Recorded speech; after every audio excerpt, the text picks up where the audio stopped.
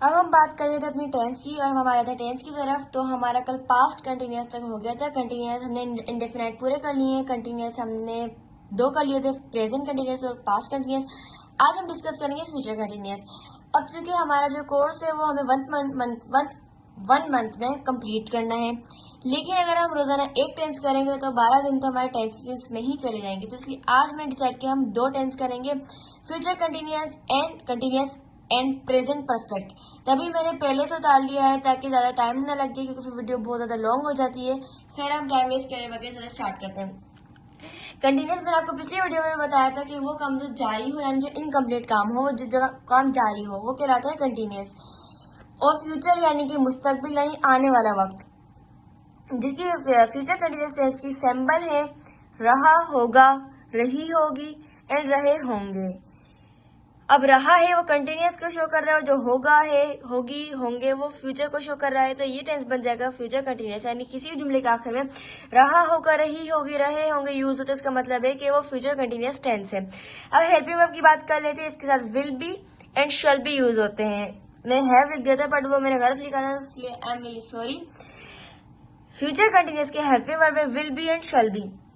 Will be use होता है he, she, it, they, you singular subject और plural subject के साथ, जबकि शैल भी यूज होता है आई एंड वी के साथ। लेकिन बहुत जगह, काफी जगह आप देखेंगे इंटरनेशनल लेवल पर कि आई वी के साथ विल ही यूज किया गया है। तो वो गलत नहीं होगा, वो सही ही होगा, क्योंकि बढ़ते दौर में अब शैल का यूज कम कर दिया जा रहा है और आई और वी के साथ विल ही यूज किया जाता है। यानी आई और वी के साथ शैल भी यूज होता है और विल भी यूज होता है। अब ज्यादातर आप देखेंगे विल ही यूज किया जा रहा है, वरना टेंस के हिसाब से आई और वी के साथ शैल यूज किया जाता है। यानी कि अगर विल यूज किया गया है तो वो गलत नहीं है। तो अगर आप कहीं देखें कि आई और वी के साथ विल यूज किया गया है तो उसका मतलब वो गलत नहीं है, वो भी सही है, आप यूज कर सकते हैं। अब बात करें फॉर्म ऑफ वर्ब की, चूंकि कंटिन्यूस है, कंटिन्यूस में फोर्थ फॉर्म यूज होती है। कंटिन्यूस में फर्स्ट फॉर्म यूज होती है और फर्स्ट फॉर्म बनती है फर्स्ट फॉर्म प्लस आईएनजी से, यानी फर्स्ट फॉर्म प्लस आईएनजी होता है फर्स्ट फॉर्म। तो फॉर्म ऑफ वर्ब यूज होगी फ्यूचर कंटिन्यूस में फोर्थ फॉर्म। फॉर्मूला सेम वही है जो हमारे पिछले टेंसेस में थे, बस इसमें एक डिफरेंस आ रहा है क्योंकि हेल्पिंग वर्ब में 2 वर्ड्स है, will be, shall B. So affirmative तो नॉर्मल होगा, नेगेटिव में नॉट, विल और बी के बिटवीन में आएगा या शैल और बी के बिटवीन में। और अगर वो क्वेश्चन यानी इंटरोगेटिव सेंटेंस है तो जो सब्जेक्ट होगा वो हेल्पिंग वर्ब में विल एंड बी के दरमियान में आएगा।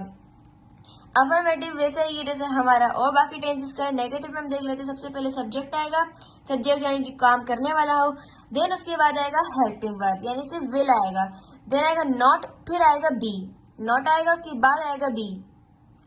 नेगेटिव में not, will be and shall be के बिटवीन में आएगा, यानी कि will not be, shall not be, then आएगा वर्ब, देन आएगा ऑब्जेक्ट। इसी तरह यहाँ पर हेल्पिंग वर्ब और बी यानी विल एंड बी के दरमियान में आएगा सब्जेक्ट या शैल एंड बी के दरमियान में आएगा सब्जेक्ट। अब हम ये 2 टेंस करते हैं, 2 सेंटेंस बनाते हैं फ्यूचर कंटिन्यूस के। अब हम देखते हैं पहले के कौन से टेंस है ये। आप अपने शागिर्दों को पढ़ा रहे होंगे, रहे होंगे इसका मतलब है कि रहे होंगे सिंबल है फ्यूचर कंटिन्यूस की, इसका मतलब है कि जो ये सेंटेंस है वो फ्यूचर कंटिन्यूस का है। तो फ्यूचर कंटिन्यूस के लिए सबसे फॉर्मूला के हिसाब से अफर्मेटिव बनाया, सबसे पहले सब्जेक्ट आएगा, यहाँ पर लिखा हुआ है आप, आपका इंग्लिश में बोलते हैं यू, यानी कि यू यूज किया जाएगा यहाँ पर।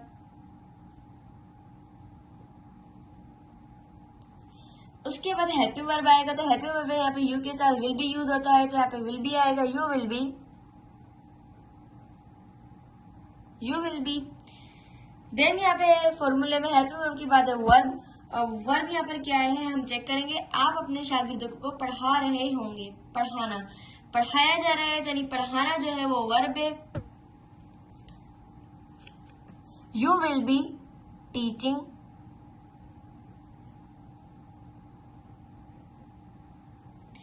देन वर्ब के बाद आता है ऑब्जेक्ट। ऑब्जेक्ट क्या है? शागिर्द। आप पढ़ा रहे हैं, पढ़ाया जा रहा है और शागिर्द को पढ़ाया जा रहा है, यानी ऑब्जेक्ट हुआ शागिर्द, और शागिर्द को इंग्लिश में बोलते हैं student. You will be teaching your students.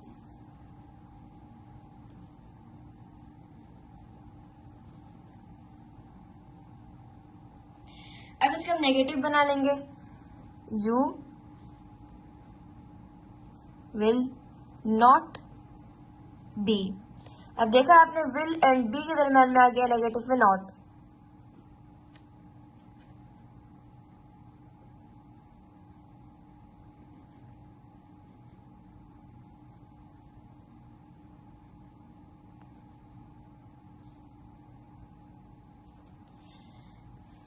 अब इसका इंटरोगेटिव बना लेंगे। इंटरोगेटिव में जो सब्जेक्ट होगा वो हेल्पिंग वर्ब के बिटवीन में आएगा। विल you be teaching?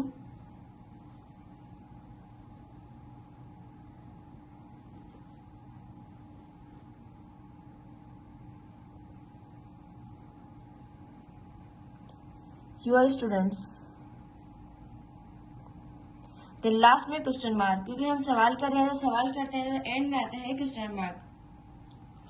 Next sentence पे जाने की बात है, वो हमेशा के लिए परदेश जा रहा होगा। रहा होगा यूजर है तो इसका मतलब है कि ये फ्यूचर कंटिन्यूअस है, ये रहा होगा फ्यूचर कंटिन्यूअस की सैंपल है, यानी ये सेंटेंस है फ्यूचर कंटिन्यूअस का है। अब इसे हम देख रहे हैं सब्जेक्ट क्या है, वो हमेशा के लिए परदेश जा रहा होगा। कौन जा रहा है? वो जा रहा है, तो यानी कि सब्जेक्ट है वो, जा रहा होगा। होगा यानी कि लड़के की बात हो रही है, लड़के के लिए हम यूज करते हैं ही।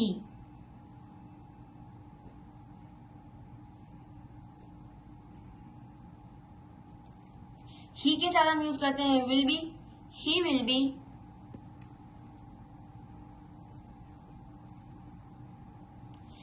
अब हेल्पिंग वर्ब की बात आ जाता है वर्ब। वर्ब यहाँ पर क्या है? जाना, यानी जा रहा है वो, जाना यहाँ पे वर्ब है। इंग्लिश में से गो बोलते हैं और फर्स्ट फॉर्म लगाएंगे तो गोइंग हो जाएगा।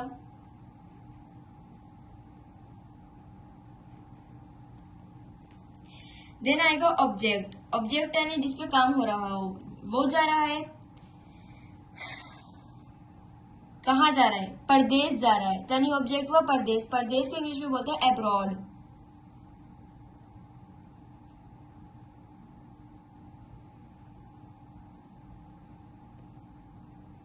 हमेशा के लिए जा रहा है तो यहाँ पे यूज होगा फॉर एवर।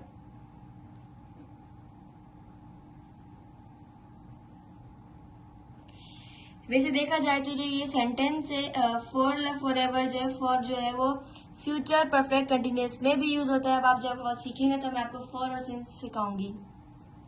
अभी फिलहाल हम अपने टॉपिक पर ही रहते हैं। नेक्स्ट का नेगेटिव बना लेते हैं, विल और बी के दरमियान नॉट आ जाएगा जस्ट।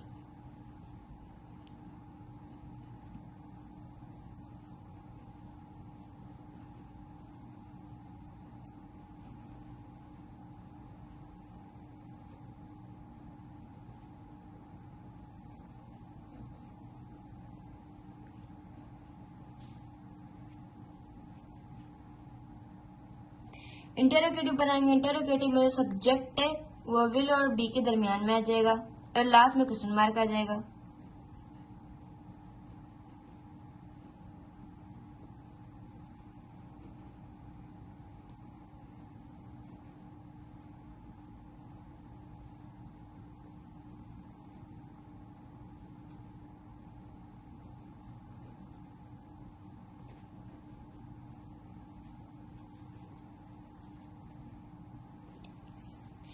तो ये था फ्यूचर कंटिन्यूअस टेंस। एक दफा हम इसका रिवीजन कर लेते हैं, फिर हम अपने अगले टेंस की तरफ जाते हैं, प्रेजेंट परफेक्ट की तरफ।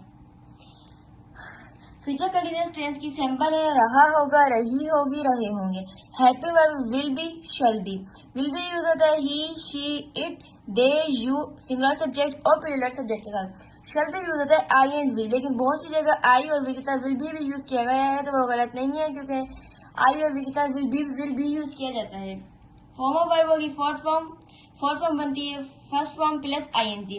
फॉर्मूलाज वैसे ही है जैसे बाकी टेंसेस में, बस क्या चेंज आएगा इनमें, नेगेटिव में नॉट आ जाता है, तो यहाँ टू वर्ड्स हेल्पिंग वर्ब में तो इन दोनों के दरमियान नॉट आएगा, और इंटरोगेटिव में सब्जेक्ट हेल्पिंग वर्ब पहले आ जाता है, सब्जेक्ट बाद में आ जाता है, तो फिर जो सब्जेक्ट होगा वो इन दोनों के दरमियान में आएगा, यानी पहले विल आएगा, देन सब्जेक्ट आएगा, फिर बी आएगा, या फिर शेल आएगा, देन सब्जेक्ट आएगा एंड देन बी आएगा। अब हम बढ़ते हैं अपने अगले टेंस की तरफ, पास्ट परफेक्ट टेंस।